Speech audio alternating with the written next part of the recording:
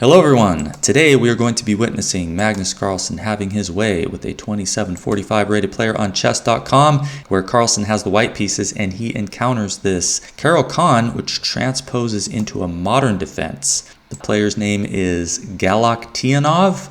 I don't know if I'm saying that right, probably not. But anyway, we got this d6 getting ready to strike with e5.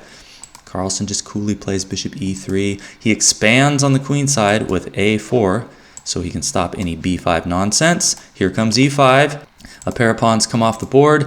Bishop to c4 by Carlsen, a beautiful post. Queen to e7. We have some development. We have some castling. We have h3 to stop any knight g4. So Carlsen doesn't have to worry about his bishop getting attacked by a pesky knight. Castling. a5, further expansion. This is not the best move. It stops knight to b6, but it doesn't stop knight to c5, which is a much better move by black targeting e4. So what does Carlsen do about that? Is he going to defend passively? No, he's going to take the most aggressive option. He's going to take that knight off the board. Queen takes c5. He's going to develop his queen and defend his bishop on c4, which was hit by the queen.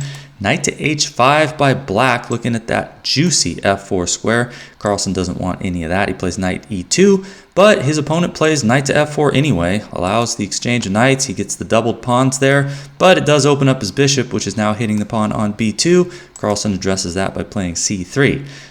Now we got rook to b8, getting ready to expand over here on the queen side, wants to push the b pawn. Carlsen dominates the only open file with his rook and queen.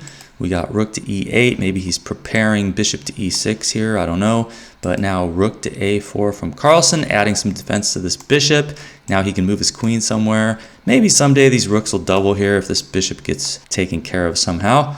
We have b5. Interesting idea from black here. He's forcing a takes b6 because there is a fork. So a takes b6, a takes b6. And this allows Carlsen to infiltrate with rook to a7. But black has a trick up his sleeve. He wants to try b5.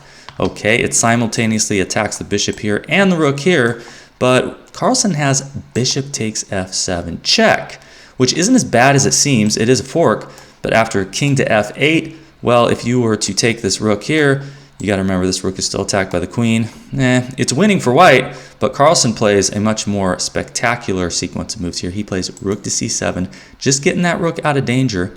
And okay, this rook is still hit. You only really got one square, and that's rook to e7. Maybe this is what black foresaw and thought everything was going to be just fine here. But Carlsen now plays an amazing sequence of moves. What would you do here if you were white? Well, you could just take the rook out right there. That's good for white. But Carlsen decides to sack a piece because he sees something very nice. Queen to d8 check is the sacrificial move, allowing black to take the bishop with his king, but that lures the king onto a vulnerable square. Carlsen takes the rook here on e7. Black takes with the queen. And here, despite being down a piece, Carlsen now has a brutal sequence of moves which will end the game, beginning with this very nice move, knight to g5 check. Defended by the queen through black's queen. Okay, so black's only move here is to move the king to f6 unless you want to give up the queen. So, king to f6. But here comes rook to d6 check. Devastating. And this is actually a forced mate in 8 moves. Black's best way to prolong the game here would be to take out the knight with the king, give up his queen. But in a blitz game, are you going to do that? No. You're going to just play bishop to e6 and pray.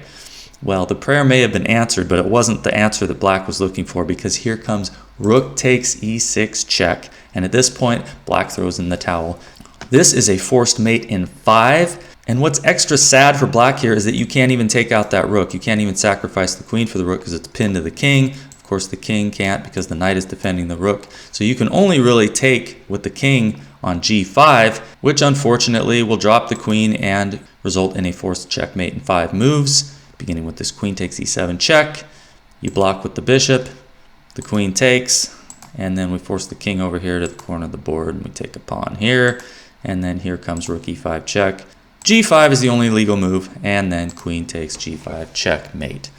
So thank you for bearing witness to another brief and brilliant performance by Magnus Carlsen in this 3-minute blitz game, taking down a 2745 rated player as if he's an amateur, which he is in comparison to Carlsen. So thank you for watching. Please subscribe for more content like this coming soon. I'll see you on the next one.